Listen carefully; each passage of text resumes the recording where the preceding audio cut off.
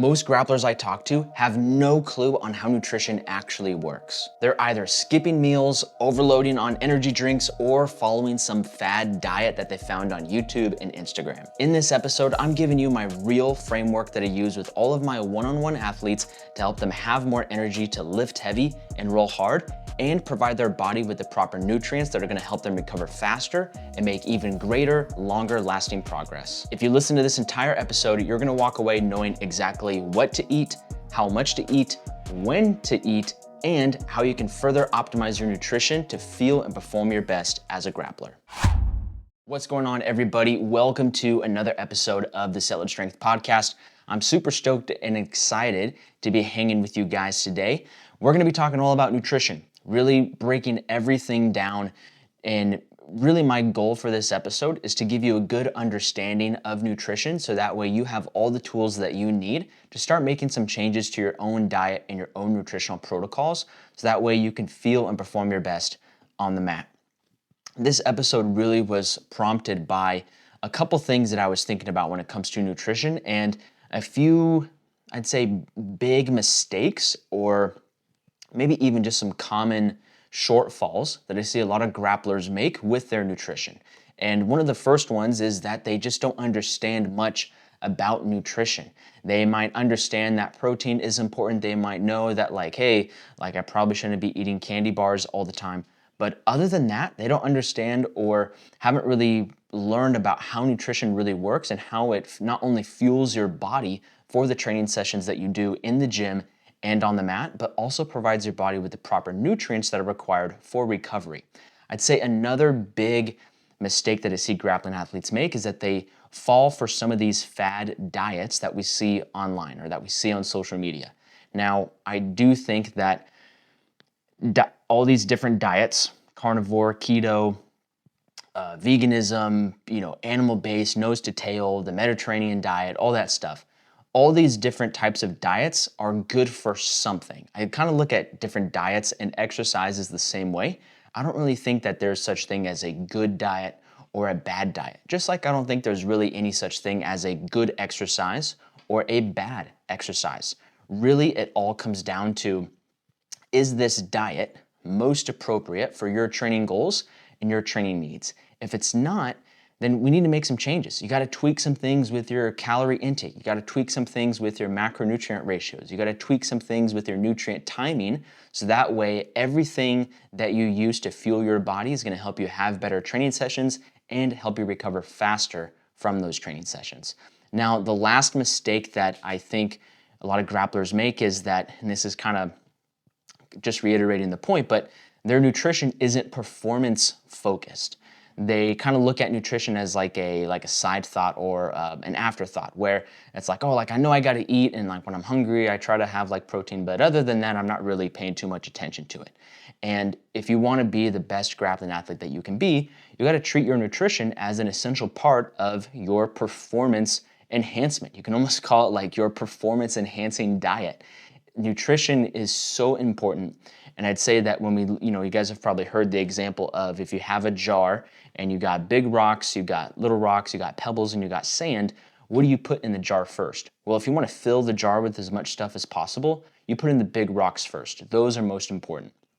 And I would say that nutrition is one of those big rocks. When we talk about the things that are going to help you become brutally strong, pack on slabs of muscle, and develop your conditioning to the point where you're not going to gas out, nutrition has a huge role in that. And so what we're doing in this episode is breaking down that giant rock of nutrition. With all that being said, the first area that I want to tackle as part of this nutritional podcast is talk about macronutrients. There's three main macronutrients that we need to be looking out for. That's going to be protein, carbohydrates, and fat. By this point, you probably have heard me talk about protein and carbohydrates and fat before. So here is the nuts to bolts, super basic overview of what those things are. Protein is going to be the building blocks of your body for the most part. It is, in my opinion, the most important macronutrient because it has a direct impact on your ability to recover, and it contributes to a lot of the different physiological functions that your body goes through. Next is going to be carbohydrates. Carbohydrates is a fuel source, and it's a fuel source that can be used for some of the higher intensity, shorter duration forms of physical activity. So if you're going to be lifting heavy and rolling hard, carbohydrates are fantastic. Fat, on the other hand, is another fuel source, but it's a little bit slower digesting, and it's a little bit more of like a slower, sustained release of energy. So if you're going to be going for a 6-hour hike, having a lot of fat is a great idea. If you're going to be going to a 2-hour open mat, you're going to want to have some fat in there too, that along with your carbohydrates. That way you don't crash and burn by the first hour of that open mat. So we have those 3 main macronutrients. Now the other thing that we need to look at is how many calories are in each gram of those macronutrients. There are 4 calories per 1 gram of protein and 4 calories per 1 gram of carbohydrates. That's important to keep in mind because we're going to be doing some calculations a little bit later in this episode, so don't forget that. Fat, on the other hand, is unique in the sense that 1 gram of fat has 9 calories per 1 gram. So fat obviously is much more calorically dense, kind of contributes to why it takes longer to digest. And the other thing about fat that makes it unique is that fat is also going to be very, very important for your overall health and for your body's ability to absorb different nutrients. There are certain nutrients that are water soluble, so your body just absorbs them in the presence of water, and there are nutrients that are fat soluble, meaning that your body can only absorb them in the presence of fat. And plus, fat also kind of contributes to a lot of the other physiological functions that your body goes through. And if you have too little fat in your diet, you start to run into some issues. So those are the 3 main macronutrients. We're going to be circling back to those in a second. But before we go further on macronutrients, I want to break down the 3 stages of nutrition that I take all of my one-on-one athletes through. And all the athletes that are in the Strength Matrix training app, we're gradually building in these stages into the different training programs. The first stage is what I call the foundations phase, or you can almost think of it as like the food selection phase. The main purpose of this phase or this stage is to build habits around what foods athletes are eating. And the way I do this is through 3 main nutritional tenets. If you need like an easy diet to follow for jiu-jitsu, this is it right here. Tenet number 1, eat what has a mom or comes from the ground. This really just means nutrient-dense whole food sources. If it comes from the ground or has a mom, it's fair game. Nutritional tenet number 2 is to consume 1 gram of protein per pound of body weight. Now, I'm fully aware that there's research out there that says, oh, you don't need that much protein, you only need 0.8 grams per pound, or actually you're gonna have better results if you have higher protein intake.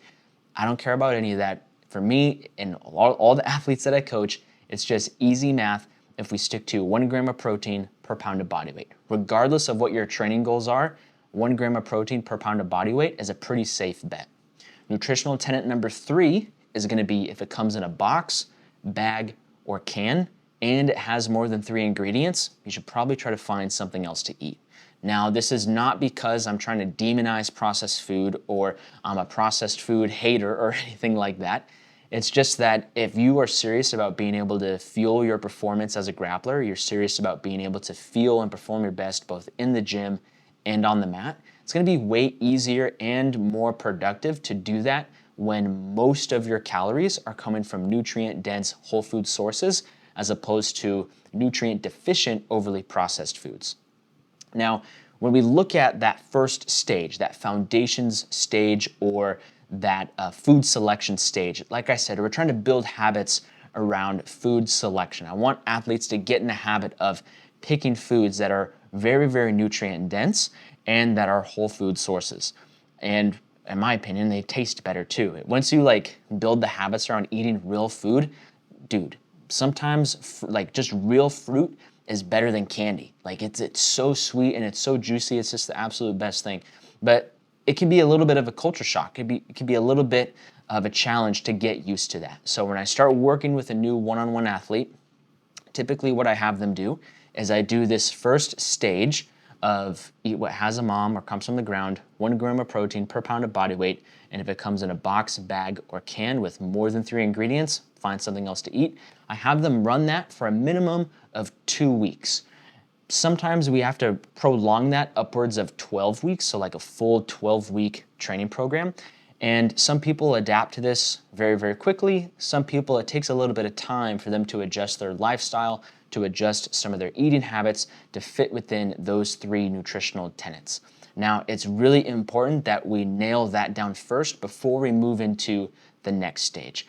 The thing that, for me, that I'm really looking at is we want nutrient-dense whole food sources. It's not just about macronutrients. And I think the mistake that some grapplers make is that when they first start getting into nutrition, they sometimes will only look at the macronutrients that they're consuming and not really paying attention to the nutrient density or the nutrient quality of the foods that they're eating. So they end up relying very, very heavily on protein powders as their main form of protein. They have a bunch of candy and just basically junk food as their main form of carbohydrates and fats. And that's not to say that that is like the worst thing ever, especially if you're still like at the end of the day getting in plenty of protein and meeting your calorie allotment for that day. However, if you're serious about becoming the best you can possibly be, you gotta make sure you're also getting in those micronutrients that come from whole food sources. So that is the first stage, really focusing on food selection, focusing on consuming lots of nutrient-dense whole food sources. That phase lasts for a minimum of 2 weeks, but could last upwards of 12 weeks. Really just depends on how long it takes for an athlete to really ingrain a lot of those habits.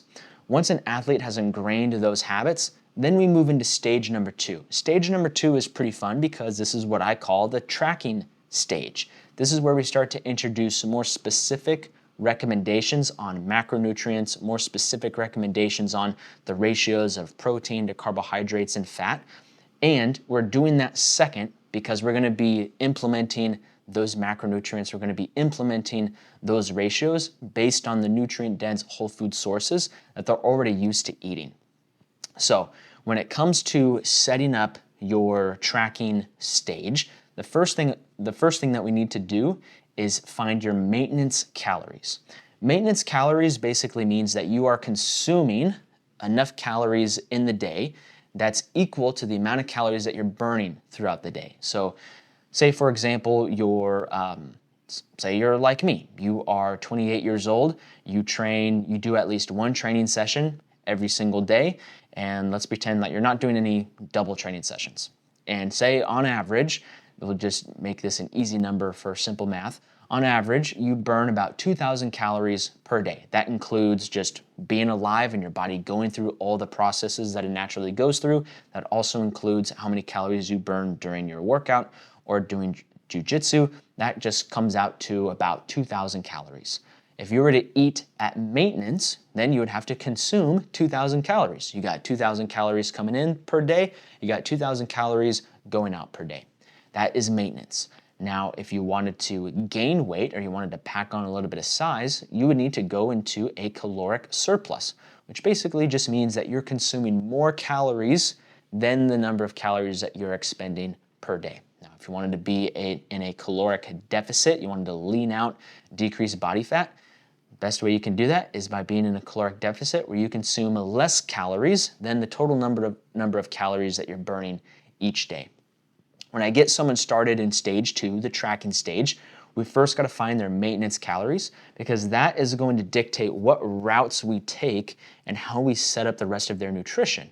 It's almost like you got to find like a good starting point on a map. Have you guys ever, I don't know if you guys have played Battleship. My brother and I back in the day, we'd play Battleship. Battleship they probably have like app versions of Battleship, but back in the day, you'd have like this grid. You don't know where the enemy ships are. You just have to get one hit to get started. Once you get one hit, you know like, okay, we like dropped a pin on that guy, and now we're gonna start taking his U-bomber out, or whatever the ships are called. Anyways, you need to get on target. You need to like drop a pin on and know where like your baseline is or where your maintenance is to then influence how much higher than maintenance you need to be in a successful surplus, how much lower than maintenance you need to be in a successful deficit. And a very easy way to estimate your maintenance calories is going to be by taking your body weight and multiplying it by the number 15. This is something that I picked up from Dan Garner. Dan Garner is a nutritionist and performance coach. For those of you listening to the podcast, you're probably aware of who Sugar Sean O'Malley is. Dan Garner is Sugar Sean's nutrition coach and one of his performance coaches. And I think just this really, really easy calculation is a great way to get a good estimate of what your maintenance calories are. You just take your normal body weight and you multiply that by 15. So I got my phone right here. We'll do that right now for me. I currently weigh 175 pounds. So I'm gonna do 175 multiplied by 15. And that comes out to 2,625. So if I were looking to find my maintenance calories, that's exactly how I would do it.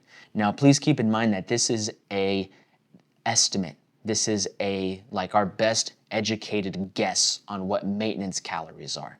We're not gonna get too deep into the weeds of going through all these different tests and all these different things. I mean, you can do that if you want. You can do a DEXA scan, you can jump into a bod pod, you can do all those other tests and know exactly how many calories you need to consume to be at exactly maintenance. But I've been using this method for quite a while now. I've been using it with a ton of athletes that I coach, and this gets us pretty close, within the ballpark of what maintenance calories would be.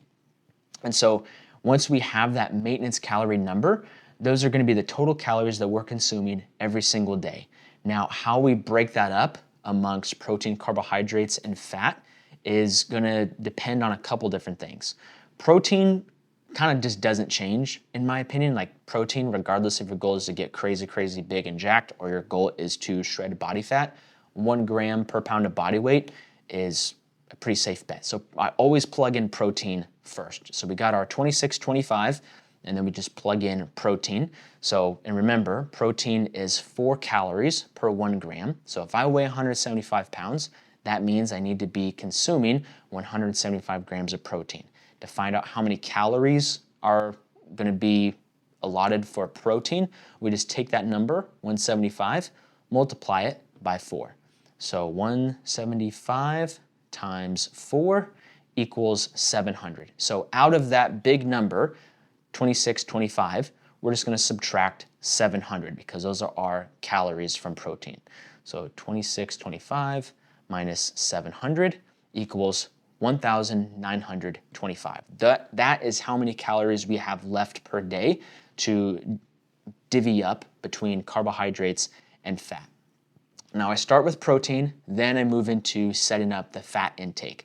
A really easy way to get like a good amount of fat in that isn't too high or too low is just to cut the number of grams of protein that you're consuming per day, cut that in half, and that is your target for fat. So if we're consuming 175 grams of protein per day, we divide that by 2, that comes out to 87.5.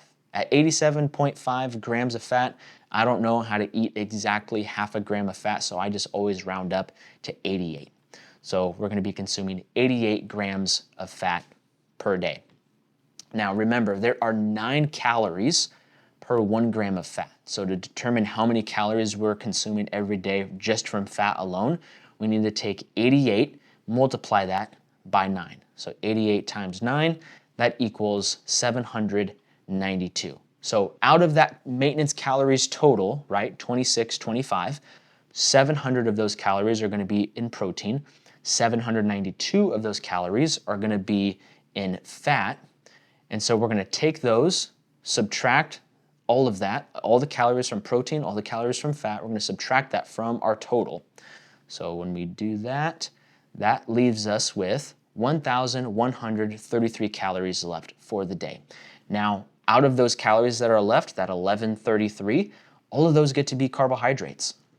And so we have how many calories we have left, and remember that there are 4 calories for every 1 gram of carbohydrates. So we take that number that we have left over, 1,133, we divide that by 4, and that gives us how many grams of carbohydrates we get to consume each day, which for this example is gonna be 283 grams of carbohydrates. Technically, it's 283.25, but I'm rounding down just for simple math. And those are your macros. So every day for to be at maintenance calories, 175 grams of protein, 88 grams of fat, 283 grams of carbohydrates. These numbers are obviously specific to someone that weighs 175 pounds. If you're a different body weight, you can run through the exact same process. But remember, to find your maintenance calories, or at least find a good estimate, you just take your regular body weight, multiply that by 15, that's your total calories for the day. Then you subtract the total calories from protein, which is your body weight times 4. That's how many calories you're going to consume in protein. And then you move into fat, which is going to be half the amount of grams of protein that you're consuming. So you take your body weight, divide it by 2. That's how many grams of fat you're going to be consuming. Multiply the grams of fat by 9 to figure out how many calories you're consuming each day from fat. You subtract your calories of protein, your calories of fat, you subtract that from your daily total, and then what's left over is your calories for carbohydrates. You divide that by 4, boom, you got your carbs and you're all set. So when I get someone started in stage 2 of this nutrition, protocol that I use for all my one-on-one athletes, I tell them like, hey, these are your maintenance macros. And what I want you to do is I want you to follow these macros and track the food that you're eating. And at the end of each day, try to get really, really close to these target macros within like plus 5 to 10 grams above or below the target. So if for protein, if one day you have 170 grams of protein and not exactly 175, that's fine. If on one day you have, 91 grams of fat instead of exactly 88 grams of fat, I ain't tripping, that's totally fine. And it's, say you have 284 grams of carbs instead of 283, it's not the end of the world, it's really no big deal. So try to just get in within a good striking distance, and we're gonna eat at maintenance calories for at least 2 weeks. And every day throughout those 2 weeks, I have athletes track their body weight. I wanna see what their average weekly body weight is. So once we have a good guess of like, hey, this week their average body weight was this, and week 2 their average weekly body weight was this, we go to week 3, week 4. What I'm looking for is, are there any trends or changes in their average weekly body weight? If we're eating at this estimate of maintenance calories and they're weighing themselves every day and we start to see a trend upwards, that's how we know, hey, actually this estimate of maintenance calories is really more like a surplus. If we start to see a trend downwards, that's how we know, hey, this estimate of maintenance calories is really a caloric deficit. And then we can make some tweaks and adjustments from there.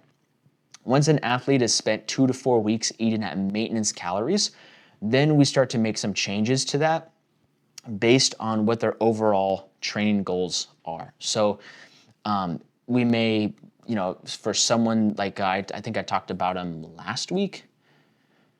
Can't remember if I talked about him last week or the week before. Anyway, I'm working with an athlete right now. We're currently prepping for Master Worlds in August.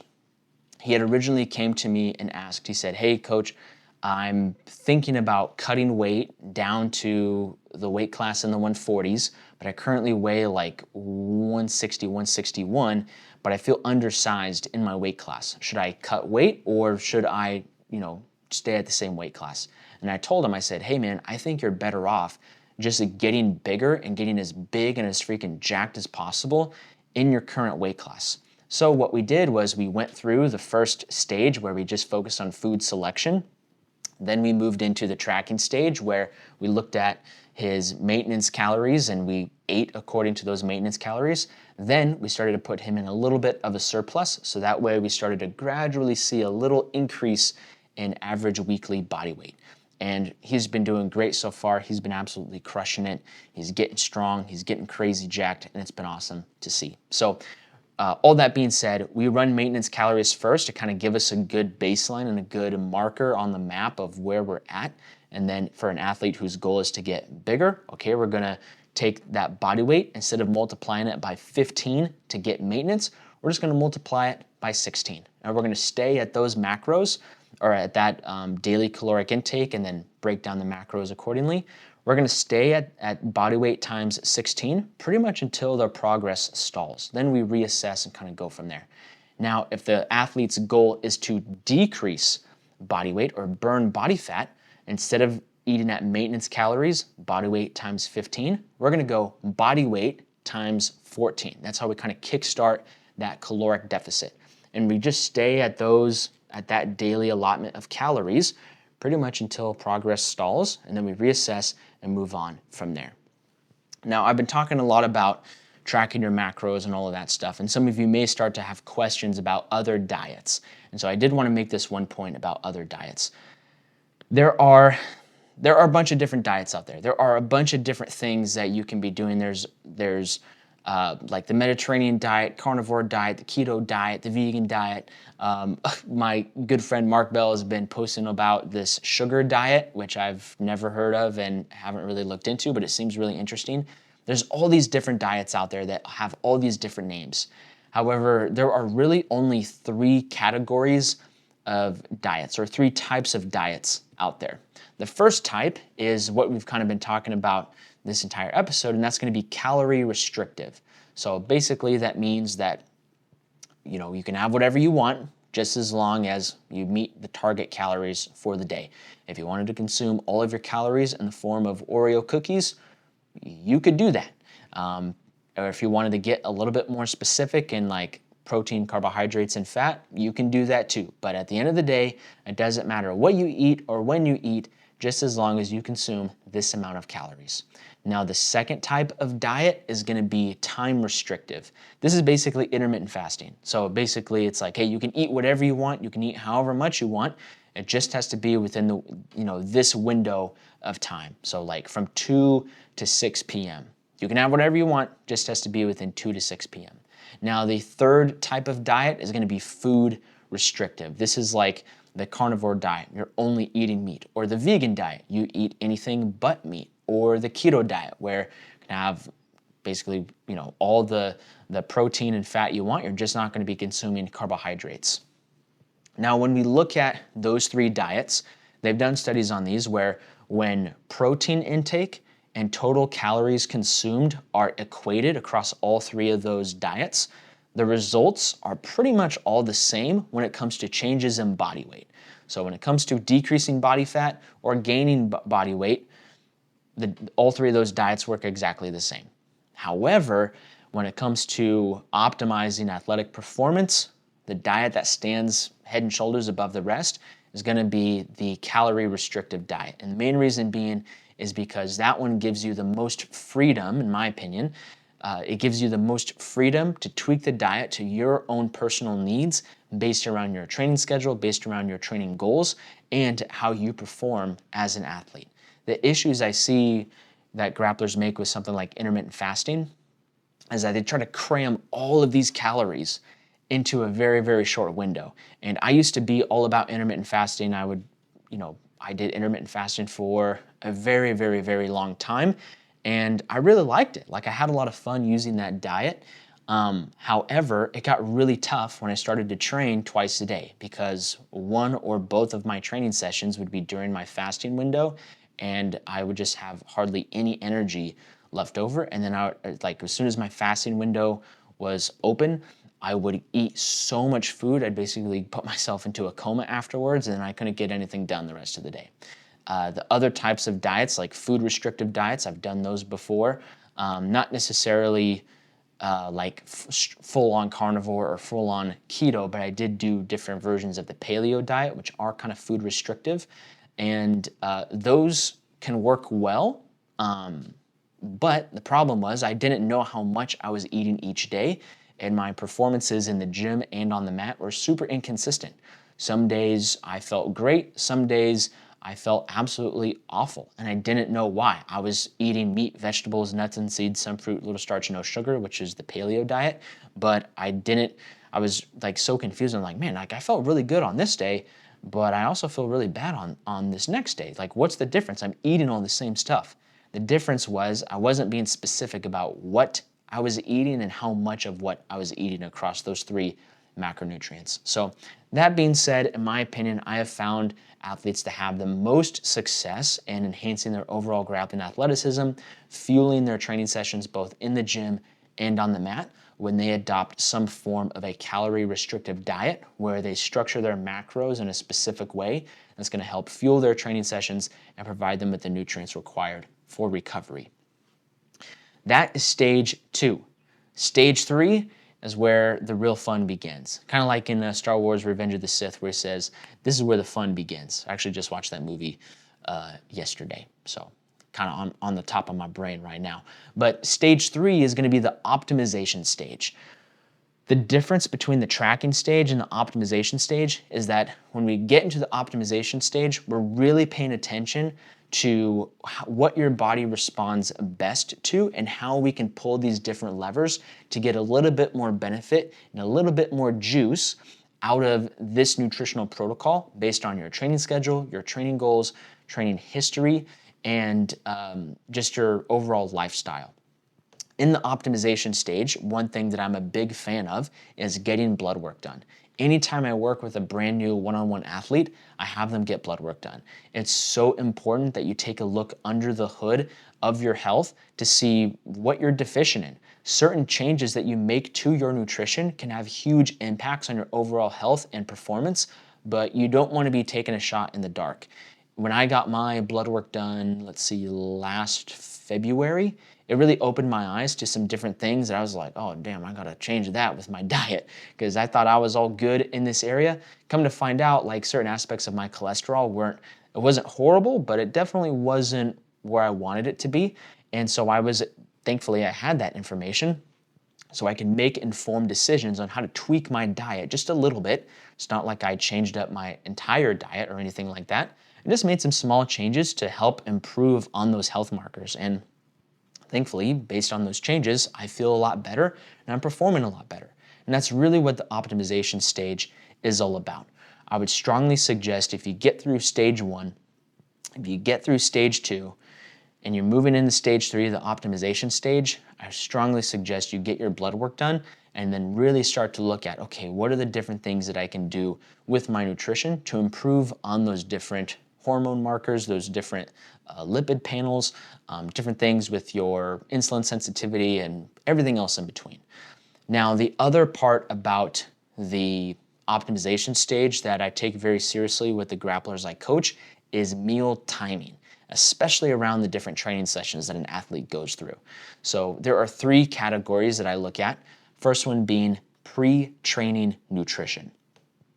Pre-training nutrition is exactly in the word. All that means is, like, what are you going to be eating before you go lift heavy or before you go roll hard? The main reason why this is so important is because the pre-training meal or the pre-training shake or snack, whatever it is going to provide your body with the proper fuel to go hard in the paint, where you can freaking lift your face off and roll hard and submit everybody at jiu-jitsu. Maybe you don't submit everybody at jiu-jitsu, maybe everybody submits you, but regardless, you still feel pretty good going through it. And this is something that I didn't take very seriously up until a couple years ago, to be honest. Like I said, I was doing intermittent fasting for a very long period of time. And I would just wake up, slam a double shot of espresso, drink some water, and then pew, I was out the door and on my way to the gym. And I still had a lot of great gains. Like, I still got pretty jacked, I still got pretty strong, but I did some consult calls with different people and I got my blood work done. And, based on reaching out to those people and talking with them, they had suggested, like, hey, you could benefit from having a pre-workout meal. I was like, okay, yeah, I'll try it. And so once I started doing that, dude, my workouts were so much better. My pumps were better. I was hitting more PRs in the gym. And I also found like I had more energy for jiu-jitsu later on in the day. I didn't feel as depleted after my workout when I had a little bit of fuel in the tank. I've heard of Nick Bear. He is the CEO and founder of Bear Performance Nutrition.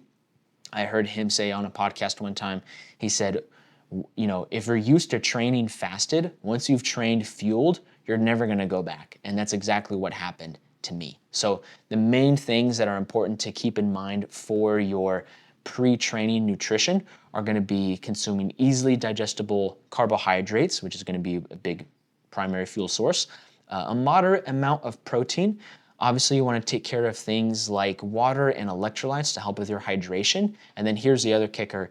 You want to make sure that your fat is very, very low. You don't want to have a ton of fat in your pre-training meal because that's going to slow down digestion. And let's put it this way. You wouldn't want to have a giant fatty ribeye right before you go do a bunch of sprints. Like that would not be great. You'd probably just spew all that out on the field or something like that. So those are the main things that we're looking at when it comes to pre-training nutrition. Now, one thing that you can do is you can kind of get real specific in how, like the perfect ratios of carbohydrates and protein and all that stuff. The way I look at it and what I suggest for a lot of grapplers is in your pre-training meal, that's where you can have about 25% of your daily carbohydrate intake. With your protein, we also, or at least I also suggest having about 25% of your daily protein intake in that pre-training meal. So for me, that often looks like some form of like easily digestible whey protein powder and some white rice or some honey.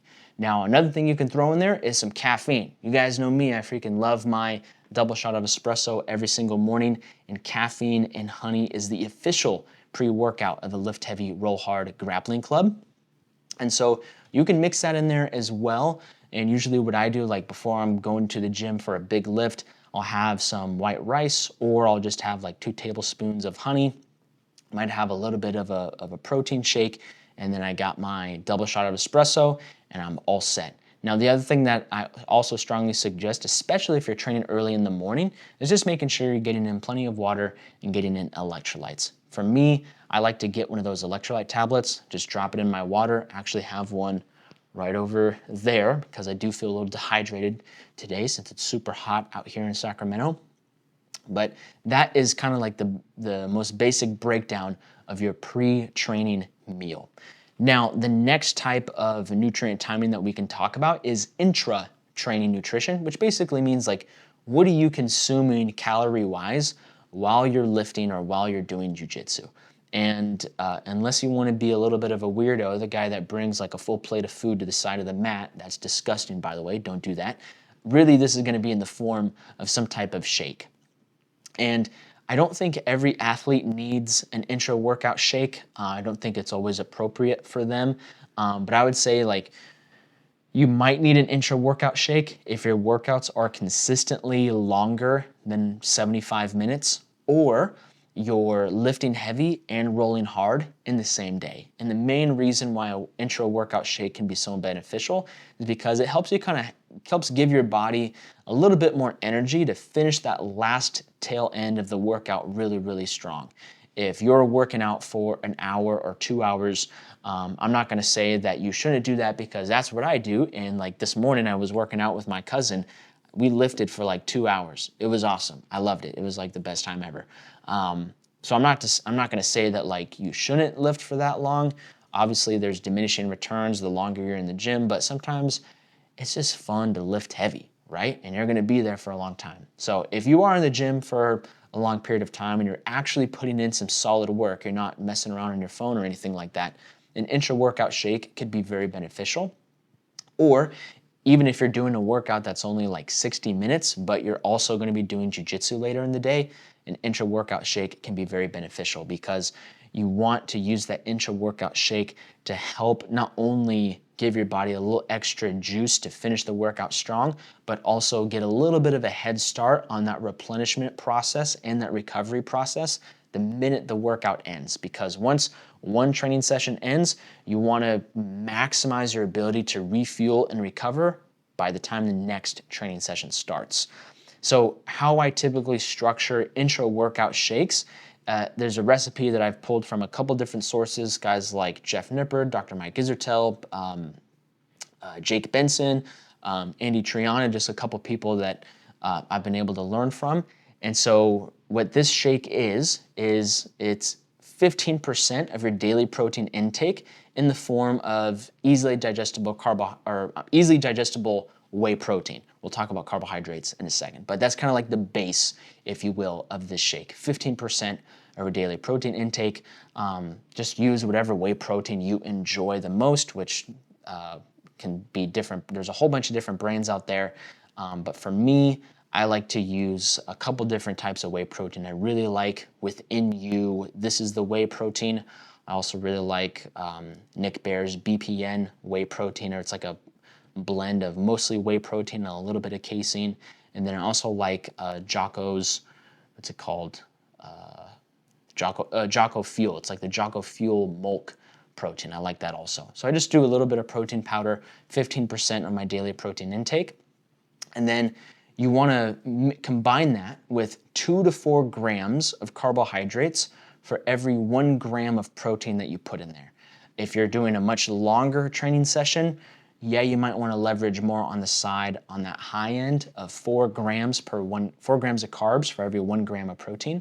And if your training sessions are a little bit shorter or they're not as intense, you could probably just leverage on the lighter side of only 2 grams per 1 gram of protein intake.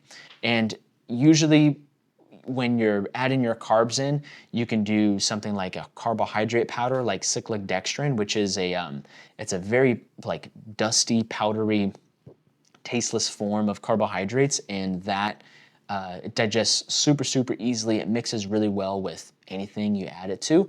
And so I like to do a little bit of cyclic dextrin, but then I also like to mix in some orange juice and then a ton of water. You want to make sure that it's pretty watered down. At least for me personally, I don't like drinking sludge during my training session. I like it to be very light and very watery. So typically what I do is I'll do like 1 scoop of protein, which is about 15% of my protein intake. And then I do 25 grams of cyclic dextrin, and then 8 ounces of orange juice, and then another 12 to 16 ounces of water. Goes in this giant shaker cup. Bring that with me to the gym. Usually start sipping on that about halfway through my workout. And if I don't finish it by the time the workout ends, usually just finish it in the car on the way home. And like I said, not everyone needs an intra-workout shake. This is really for those of you that are doing hard training sessions that are over 75 minutes. If you're doing a hard workout that's only an hour, you're gonna be totally fine. If you have your pre-training meal, you're definitely gonna survive and you can live in that 60-minute workout.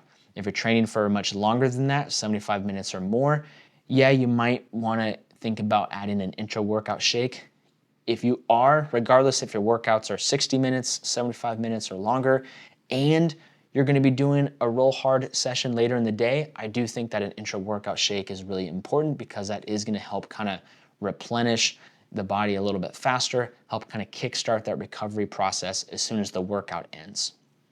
Now, the third type of meal timing that I wanted to go over was post-training nutrition. And really all that is like, I don't want to say that either one of those is more important than the other, but when we talk about it's important to train hard and recover harder, part of that recover harder process comes in the form of making sure that your post-training nutrition is on point.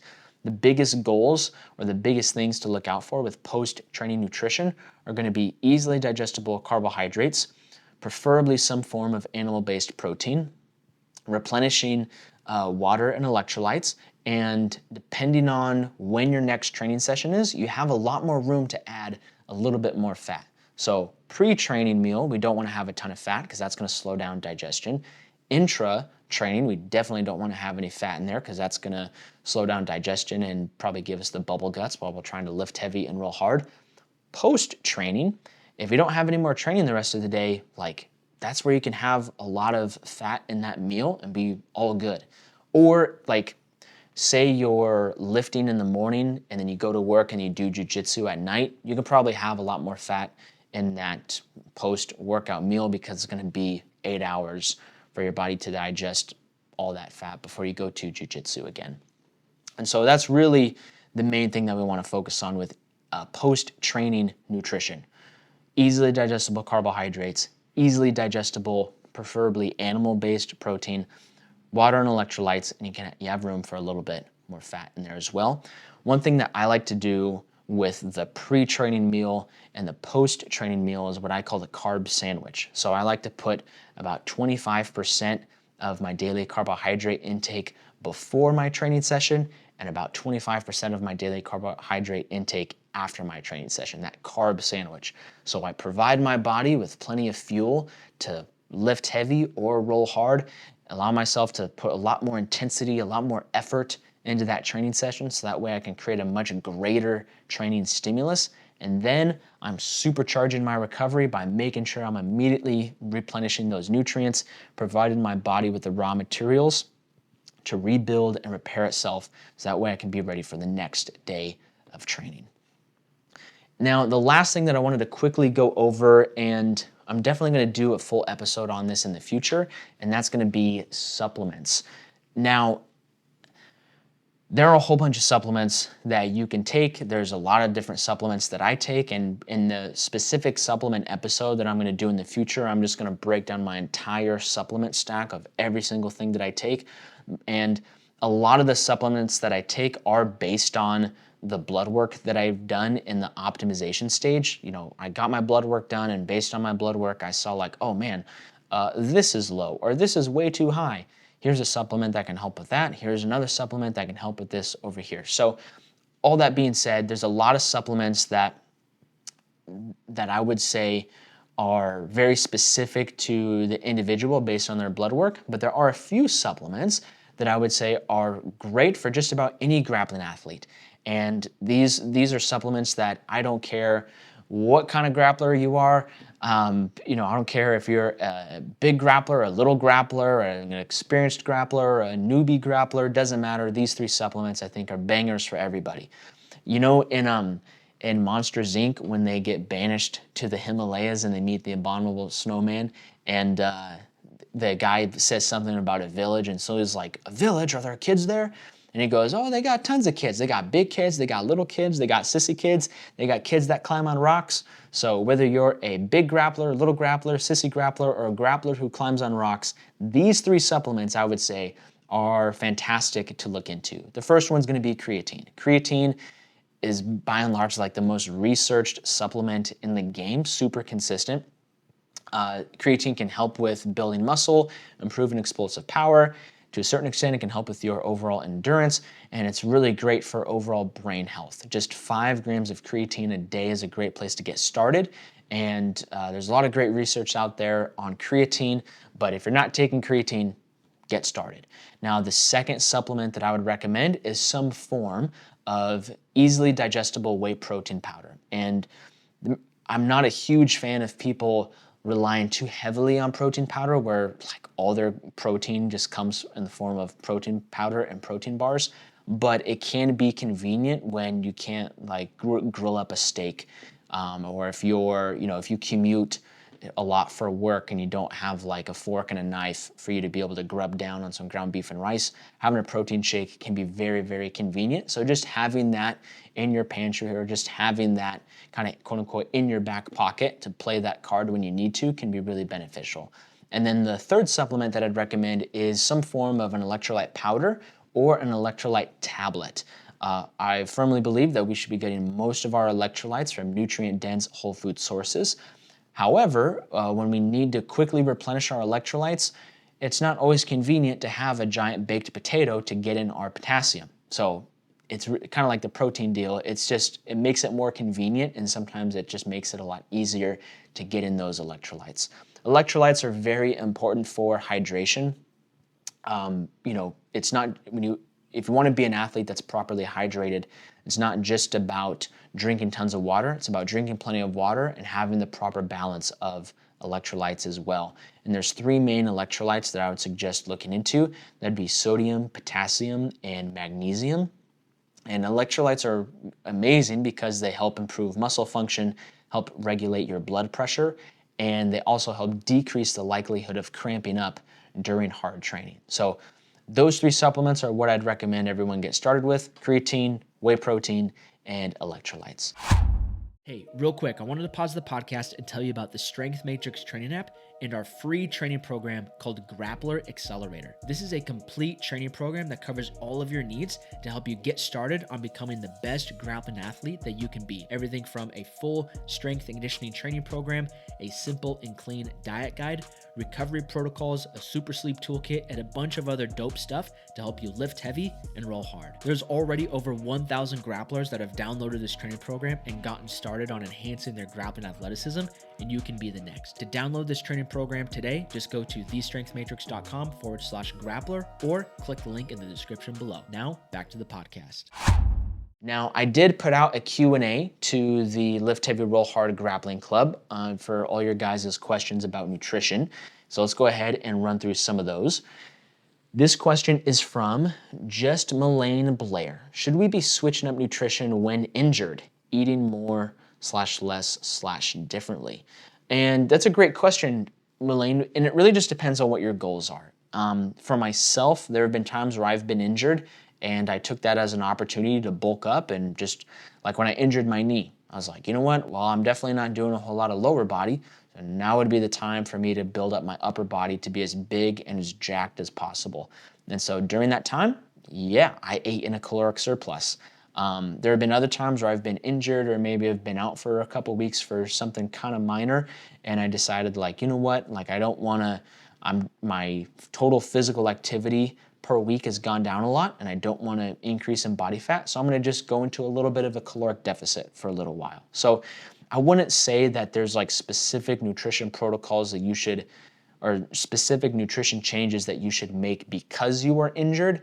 But if you're changing your goal because you were injured, then yeah, you might want to look into changing your nutrition to better match that goal.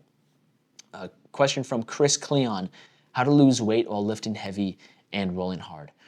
My man, it really just all comes down to calorie deficit. So we talked about that a little bit earlier in the podcast. Body weight times 15 is a great way to establish maintenance calories. Once you have a good grasp on where your maintenance calories are at, then just take your body weight, multiply that by 14.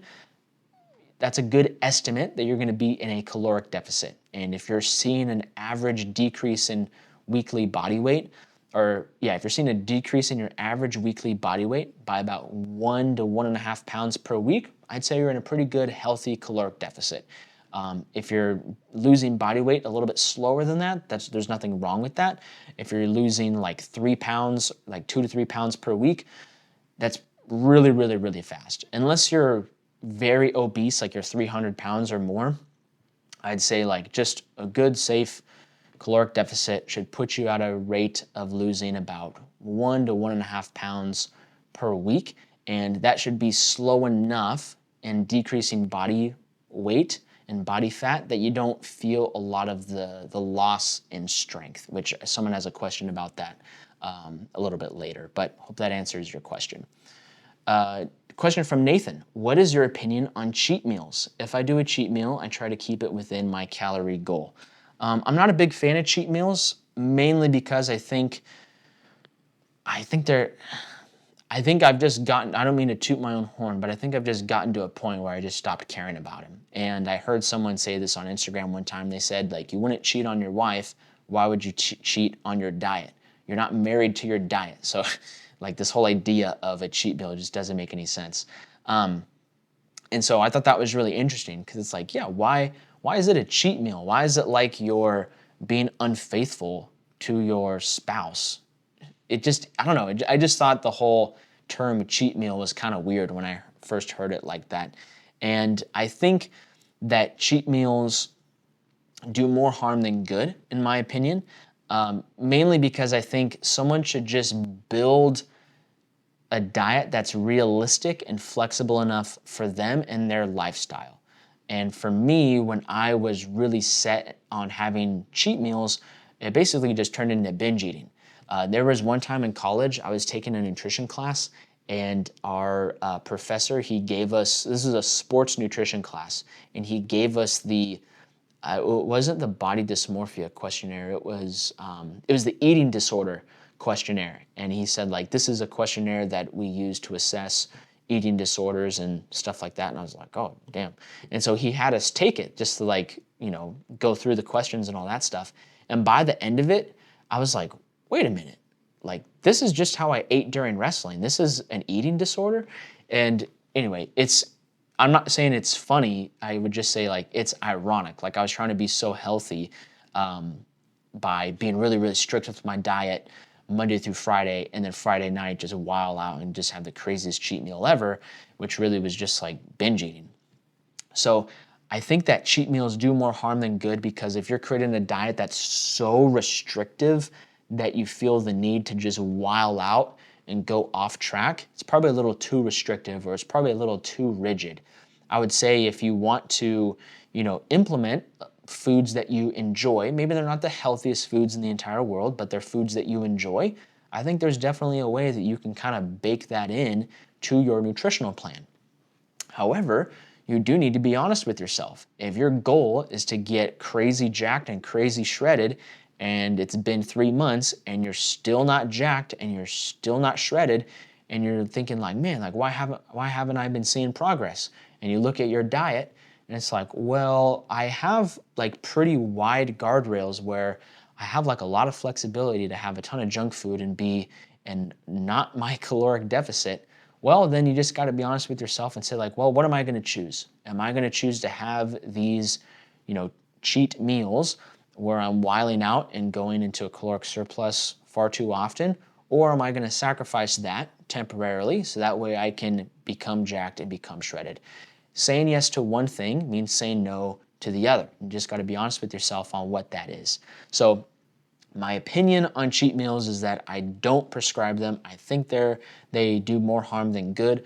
When I'm working with an athlete, I don't really prescribe those anymore. Like, I'll just let them know like, hey, like these are your macros and these are like, this is what we're going to stick to, follow the same things we started at the very beginning, nutrient dense whole food sources, all that stuff. But if an athlete tells me like, hey coach, like, this week of training went great, like I check in with a lot of my guys at the end of the week. And this has happened before where someone might say like, I'm tapping in with them on a Friday and I say like, what's good, dog? Like, how'd your training go this week? And they say, oh man, it went awesome. I felt great. Like jiu-jitsu was going good. Was able to hit a PR in the gym. Everything's feeling great. Ready to rest up, recover this weekend. My wife and I are celebrating our anniversary. If they like tell me something like that, I just let them know like, dude, congratulations, like great week of training. Congrats on your wedding anniversary. Like, hey, for the meal that you're having for your anniversary, don't even worry about the macros. Like just enjoy time with your wife. Like one meal is not going to disrupt all the progress you've made, and we're just going to get right back to it on Monday. So don't worry about it. So I will say stuff like that, but I'm not telling them that like you are allowed a cheat meal. I just think that's kind of lame, to be honest. So good question though. And that's just, I should clarify that that's just my personal take. If you find that cheat meals work for you, that's awesome. That's just my own opinion on them. Next question from KCAS91. Best way to keep strength as I go from 181 to 167 weight class. So the thing that I find that kind of like destroys a lot of people's strength when they're moving down in a weight class is either they stop strength training and they do tons and tons and tons of cardio, and or they try to lose weight way too fast. Really, if you had to go from 181 to 167 and you had 2 weeks to do it, you could probably do it, but you probably would not feel very strong by the end of it. If you had to go from 181 to 167, but you had 6 months, that's a whole different story. You can have a nice, slow, progressive rate of weight loss that allows your body to kind of acclimate to that lower body weight. And yeah, maybe you lose a little bit of strength because you're just not carrying around as much mass, but you're not gonna like lose all of your strength. And I think that if you take the longer route, if you go long and slow on your weight loss journey, that's gonna lead to better athletic outcomes than if you were just a crash diet just to get down to that weight class. Next question from my dog, Kevin. What's good, Kevin? One of my best friends in the entire world. Kevin's question is, what is the science on a cellular level of how protein intake affects muscle recovery? That's a great question. So really, it just kind of all comes down to muscle protein synthesis. I got some notes here on muscle protein synthesis, but So your body consumes food. Some of that food has protein molecules. Those protein molecules get broken up into different amino acids. And there's one amino acid called leucine that plays a huge role in stimulating mTOR. mTOR is a thing that continues down the chain and continues to stimulates muscle protein synthesis. So as your body is consuming those nutrients and it digests it, breaks it up, and then kind of blasts it out to the different parts of the body that needs it, as it breaks it down into leucine, leucine gets broken down or like the whole lock and key method. This is a little bit above my pay grade, I would say, since I'm not a biology major. But really what happens is your body breaks down the food, breaks it down into protein molecules, breaks those protein molecules down into amino acids, one of those being leucine. Leucine has a direct impact on mTOR, which has a direct impact on the muscle protein synthesis. And there is like a sweet spot of protein. If you never consumed protein at all, that's going to be a huge problem, and your body's going to have a really, really tough time recovering because it doesn't have those raw materials like leucine to help rebuild itself. However, you can't eat like 1,000 grams of protein and think that that alone is going to help you recover a lot faster, because your body does kind of have a limit on how much protein it can absorb, how much leucine it can absorb. Now, that's not to say like there's this old myth that your body can only digest 30 grams of protein at a time. That's just not true. I think that often gets misquoted and misunderstood. Your body can definitely digest much more than 30 grams of protein in a given meal or in a given setting. However, there is a cap on how much more just adding more and more protein intake is going to help you recover faster. And that's why like a good rule of thumb is just to stick to around 1 gram of protein per pound of body weight. You can definitely have a little bit more than that. I've seen some people even prescribe upwards of 1.2 grams of protein per pound of body weight. But I don't think that that jump going from 1 gram of protein to 1.2 grams of protein per pound of body weight is going to help you recover any faster. I think, some people just like to have a little bit more protein in their diet. Just for a lot of other reasons. It's more satiating, takes a little bit longer to digest, so they're less hungry throughout the rest of the day. So all that being said, that's kind of how protein affects recovery. And then protein also just has an impact on a lot of the other systems that your body goes through to help with recovery. It's not just all about muscle protein synthesis. Helps in a lot of other ways for the body to repair and replenish itself after a hard training session. Last couple questions here from Harley. Thoughts on an animal-based diet? I indirectly gave my thoughts on an animal-based diet because, really I'm all into consuming nutrient-dense whole food sources, and animals are a part of that. I think if you only eat animal-based, you're missing out on some of the micronutrients that come from fruit and vegetables. But I do think an animal-based diet does give you a really good base to work from. But yeah, every diet has its pros, every diet has its cons. So that's my thoughts on that. Then the last question from Andy Perez, how to track BMI at home. Most doctors use height and weight without taking muscle mass into consideration. So Andy, BMI is just body mass index. So you're right, it doesn't take muscle mass into consideration because it's not about muscle mass. It is really just about your body weight compared to your height.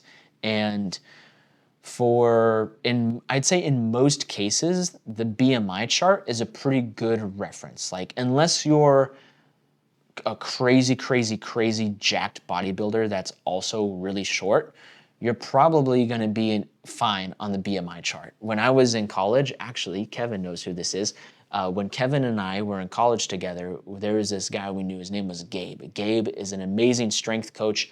He coaches powerlifters. He coaches track athletes, field athletes. He's all around great dude. We had a class together, and he's a meathead like the rest of us. He's a super meathead. And so when we were doing some lab, I can't remember if it was in like one of our physiology classes or maybe it was like an upper level kinesiology course. But anyway, we were doing the BMI, and Gabe and I looked at each other. We were like, dog, we got to get so jacked. We're in the overweight section of the body mass index. And so I'm 5'6" now, weigh 175 pounds. I don't know if I'm considered overweight in the BMI, but if I am, goal achieved. So yeah, Andy, the best way to track BMI at home is just, measure your height, measure your body weight, go online, find a body mass index chart, and then you'll be good to go. Yes, it doesn't take into account muscle mass, but unless you're like a competitive bodybuilder level jacked, I don't really think it's gonna make that much of a difference for you. And that's a wrap. Thank you guys so much for listening to another episode of the Settlage Strength Podcast. You guys are my favorite people in the world to be talking to, my favorite people in the world to be hanging out with every single week. If you want to support the podcast, the best way to do that is to share this episode with your favorite training partners. If you've got a crew of guys that you like to lift heavy and roll hard with, they need to listen to this episode. They need to be put on game just like the rest of us. And really my goal is to try to grow this lift heavy, roll hard grappling club as much as possible. And every time you guys share one of these episodes, it is an enormous help. Lift heavy, roll hard, catch y'all later. Peace.